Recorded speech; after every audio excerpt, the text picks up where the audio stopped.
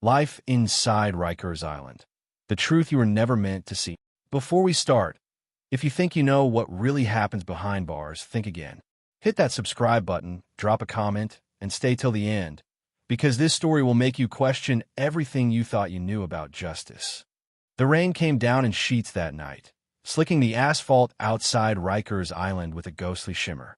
A siren wailed in the distance, bouncing off the East River like an echo from hell.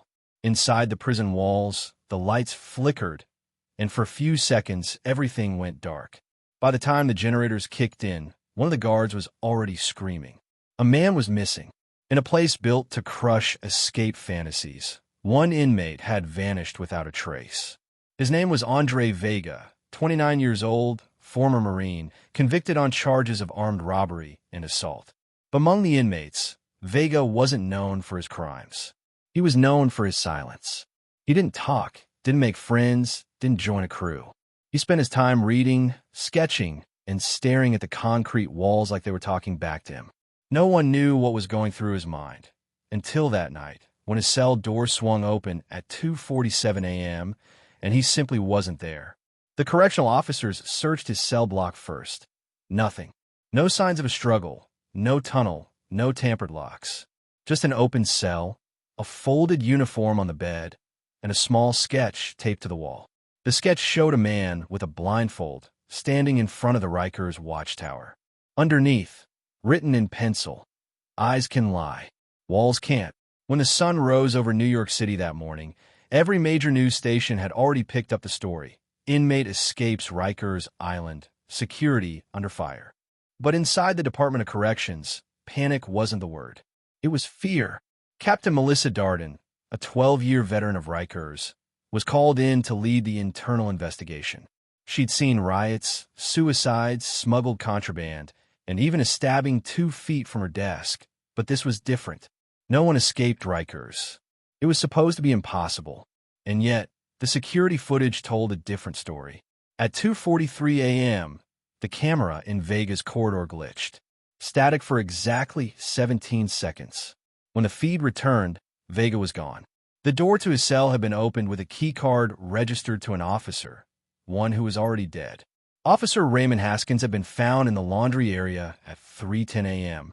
His throat cut, his key card missing. Someone inside the prison had helped Vega disappear. By noon, Darden was sitting across from Vega's cellmate, a wiry man named Tyrone Briggs, serving 15 years for aggravated assault. Tyrone couldn't stop shaking. He wasn't planning nothing, Captain, he said, his voice barely above a whisper. But he talked about that place like it was alive. Said the walls seen everything, but nobody ever listened. What did he mean by that? Darden asked. Tyrone looked up, eyes bloodshot. He said he was going to show the world what Rikers really is. Said it ain't a prison, it's a machine. Darden pressed him for more, but he just kept repeating the same thing. The walls, Captain. He said the walls were talking. 3 days later, Vega's body was found, or at least what was left of it.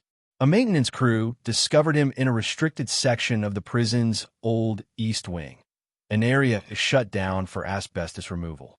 He was hanging from a steam pipe, eyes wide open, the same sketch symbol drawn across his chest in black ink. But the autopsy didn't match the scene. Dr. Keller, the medical examiner, noted that Vega's neck had been broken before he was hung. There was no sign of suicide. Someone had staged it, and that someone had access to areas no inmate could reach. The media storm exploded again. Talk shows, newspapers, podcasts. Everyone wanted to know how a dead man escaped, got murdered, and ended up in one of the most secure corners of Rikers. Behind the scenes, though, Darden's team was uncovering something darker. During a forensic sweep of Vega's sketchbook, analysts found coded messages hidden in the shading of the drawings. When decrypted, the words painted a chilling picture. They make money when we fight. The cameras don't fail, they're turned off. Haskins saw something he shouldn't have. Each line hinted at corruption, at something buried deep inside the system itself. Darden began to dig through personnel records, security logs, and incident reports. What she found made her stomach drop. Officer Haskins had filed multiple complaints in the months before his death, all related to illegal inmate transfers, falsified reports, and unexplained injuries during night watch shifts. His reports were ignored. 3 of his supervisors had since retired. 1 had disappeared overseas. The last note Haskins ever wrote read, "Vega has proof. If he talks, we all go down." Now the question wasn't who killed Vega. It was what was he trying to expose. The trail led Darden to an old computer system buried in the administrative wing. The database contained sealed disciplinary records and security footage from before 2018, when the East Wing was still active. She watched grainy footage showing guards staging fights between inmates, taking bets, and filming them on contraband phones. Some of the guards were still employed. Others had resigned quietly after short investigations. And then she saw it, one frame that froze her completely. In the background of one fight, barely visible behind the crowd, stood Vega, not as a participant, but holding a camera. It wasn't supposed to be possible. Inmates didn't have access to recording equipment.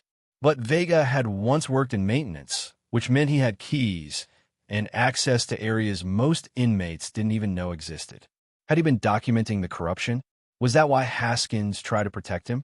Darden's instincts screamed that she was close, but the more she uncovered, the more resistance she met. Her request for Vega's personal property was denied. Her clearance to access the old East Wing was suddenly revoked. Someone was watching her. One night, as she walked to her car, she found a single sketch folded under her windshield wiper. The same blindfolded man, the same message, but this time scrawled in red marker beneath it. "You're next, Captain." She knew then that this wasn't just about one inmate. It was about the system itself, a network of guards, administrators, and outsiders profiting from the chaos inside Rikers. Vega had tried to blow the whistle, and they silenced him before he could. But she couldn't stop. Not now. Darden returned to Vega's autopsy file one more time, rereading the details. There was something strange about the ink on his chest. Lab analysis showed it wasn't pen or marker. It was printer toner mixed with disinfectant, which meant whoever drew that symbol didn't do it in a hurry. They did it inside the prison medical unit, with access to equipment and chemicals only staff could touch. A week later, Darden broke into the East Wing again under the guise of a security audit. The air was thick with mold and dust, the kind of silence that makes your heartbeat sound like a drum. She followed a narrow corridor leading to a sealed maintenance door. Inside, she found boxes of discarded documents, burned hard drives, and a metal locker with the initials AV scratched into the front. Inside the locker were dozens of flash drives wrapped in electrical tape and a single note. "If you're reading this, it's already too late. Don't trust anyone wearing the badge. AV." Her hand shook as she plugged the first drive into her laptop. The screen filled with video files, shaky footage recorded inside Rikers. The first clip showed guards beating an inmate unconscious while other officers stood by laughing. The second showed Vega himself, whispering to the camera, "If anything happens to me, it means they found out." The truth is bigger than this prison. It's everywhere. Darden backed away from the screen, heart pounding. She'd uncovered the evidence Vega died for. But the moment she tried to copy the files, her laptop froze, remote access detected. Someone was inside the network, erasing everything. She yanked the flash drive out and bolted for the exit, but before she reached the stairwell, she heard footsteps, boots, heavy and deliberate. She turned, flashlight trembling. A figure stepped out from the shadows, wearing a correctional uniform. The man's badge glinted in the dim light. "Captain Darden," he said quietly, almost politely, "you shouldn't be here." And then he smiled, the kind of smile that doesn't reach the eyes. The kind of smile that says you've seen too much. The tape that could end it all. If you made it this far, you already know some stories don't end in justice. They end in silence. But if you think that where this one stops, hit that subscribe button, because what happens next isn't what you think. The man in the correctional uniform stepped closer, his boots echoing against the cracked tile floor. Captain Melissa Darden's flashlight trembled in her grip, catching the faint outline of his face. Officer Marcus Red, Internal Security Division, a man she had worked with for years. "What are you doing here, Red?" she demanded, her voice sharp but strained. This area is off limits.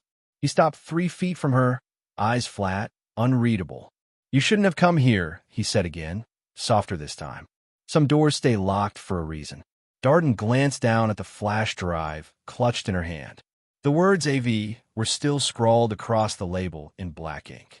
Vega's final warning echoed in her head. Don't trust anyone wearing the badge. She took a cautious step back. You were part of it, weren't you? Red didn't answer right away. He looked around the dim corridor, then sighed. You have no idea what this place really is, Melissa. Rikers isn't a prison anymore. It's a business. What the hell does that mean? He smirked, the kind of smirk that made her blood run cold. It means every fight, every transfer, every death has a price tag. Vega wasn't supposed to find out how deep it went. Darden's mind raced. Illegal fights, smuggled phones, guards selling footage to underground sites. She'd seen the evidence, but hearing it confirmed, hearing it from one of her own, made her stomach twist. Red reached out his hand. Give me the drive, Melissa. Walk away. You can still keep your career, your life. This doesn't have to end badly. She looked him dead in the eye. It already has. Then she turned and ran. The chase through the East Wing was chaos. Flickering lights, alarms triggered by her access override, the hum of distant machinery filling the air. Red's footsteps pounded behind her, closing in fast. Darden darted into a stairwell, bolted the door, and pressed her back against the cold metal. Her heart hammered like a drum. She could hear him shouting through the door. You think Vega was the only one who tried this? You think anyone will believe you? She looked down at the flash drive in her hand, her only piece of proof, and in that moment, she made a decision. She pulled out her phone, attached the drive to a portable connector, and began uploading the files to a secure cloud server she used for evidence archiving. The signal was weak down there, but the progress bar started to crawl forward. 5%, 8%, 12%. Red's voice echoed through the hallway. You're throwing your life away for a dead man. Maybe, she muttered, but at least I'll still have my soul. Then, bang. The door shuttered. He was trying to force it open. Another slam. Then another. The upload hit 46%. Come on, she whispered. The door burst open, the metal bending like tinfoil. Red stormed through, eyes burning with fury. Darden raised her flashlight like a weapon. Don't come any closer. Red laughed, low and guttural. You really think this is about you and me? Vega was never meant to escape. He was bait. You were the cleanup. What? She said, thrown off. He took a step closer. They let him escape to flush out Haskins, to see who was leaking information. Vega wasn't a hero. He was a setup. Her grip on the flashlight loosened. That's not possible. Oh, it's possible, Red sneered. Because I was there when they planned it. Then he lunged. They collided hard, crashing against the stairwell railing. The flashlight flew from her hand, clattering down the steps. In the struggle, Darden's phone slipped. The upload progress stuck at 79%. Red pinned her against the wall, one hand around her throat. No one's going to see that footage, Captain. Darden gasped, her fingers clawing at his wrist. Her vision blurred. Then her hand brushed against her belt, her utility knife. She grabbed it, slashing upward. Red screamed, clutching his forearm as blood splattered across the concrete wall. She shoved him backward and bolted down the stairs, snatching her phone as she ran. The upload hit 92%. Behind her, she heard him shouting into his radio. Code 7. She's got the drive. Shut the system down. Darden sprinted through the narrow hallway until she burst into the cold night air outside the East Wing. Floodlights flared to life, guards yelling, alarms blaring across the compound. She ducked behind a transport van, checking her phone. 98%. And then, connection lost. Her stomach sank. The upload had been terminated. She stared at the screen, breathing hard. Everything Vega died for, everything she'd risked, gone in seconds. Unless, she opened the video library. One clip had finished backing up before the cutoff. A single file labeled Rikers footage _001.mp4. That was enough. It had to be. 2 days later, the news broke. Captain Melissa Darden found dead in apparent suicide. The official report claimed she'd jumped from the Brooklyn Bridge, leaving behind a resignation letter and no digital trace of any investigation. But those who knew her didn't buy it. Her partner from the department, Detective Isaac Monroe, said she'd sounded determined, not broken, in her last voicemail. "I can't tell you everything," she'd said. "Just know this. If they come after me, don't look for me. Look for Vega's truth." Weeks passed. Then one night, a 12-minute video appeared online under an anonymous channel titled, "Eyes Don't Lie." It was shaky footage from inside Rikers Island. Guards cheering as two inmates beat each other in a blood-stained shower. Officers exchanging cash. A shadowy figure, unmistakably Marcus Red, directing the camera operator. At the end of the video, Vega's face appeared. His voice was calm, deliberate. "If you're watching this, they failed to bury it. This is what your tax dollars protect. This is Rikers Island. And this," he turned the camera toward the guards laughing behind him, "is the truth you were never meant to see." The video went viral overnight. Major networks picked it up. Politicians called for investigations. The Department of Corrections denied everything, calling it deep fake propaganda. But the footage was authenticated by multiple sources. Every man in the video was identified. Several guards were arrested. Red vanished. And buried deep in the metadata of the video, investigators found a final, hidden message, an encrypted file labeled Darden Protocol. Inside were dozens of documents, emails, and internal memos linking senior officials to an underground network of prison violence-for-profit schemes. It was bigger than Rikers. It stretched across multiple states. The scandal rocked the country. The governor ordered a full review of all correctional facilities. Congressional hearings followed. Rikers Island, once known as the toughest jail in America, became a symbol of everything broken in the justice system. But the story didn't end there. 6 months later, a maintenance worker at the closed East Wing discovered something strange while dismantling old security panels. Inside one of the walls was a small, sealed envelope. Inside, a photo of Captain Darden and Andre Vega standing side by side in a dimly lit corridor. Vega was holding the camera. Darden was holding a flash drive. On the back of the photo, written in pencil, "The truth can't be locked away forever." They never found Darden's body. Some say she faked her death, that she's still out there. The real whistleblower behind the Eyes Don't Lie leak. Others think Red found her before she could escape. But one thing's certain. The footage she and Vega left behind changed everything. Rikers was officially shut down 2 years later. But for the thousands who lived, worked, and suffered inside its walls, the scars remain. And somewhere, in the endless archive of the internet, Vega's final words still echo in the dark corners of cyberspace. They can silence a man. They can bury a story. But they can't erase the truth. If you think this story was intense, you're not ready for the next one. Hit subscribe, because the next case will make this one look like child's play.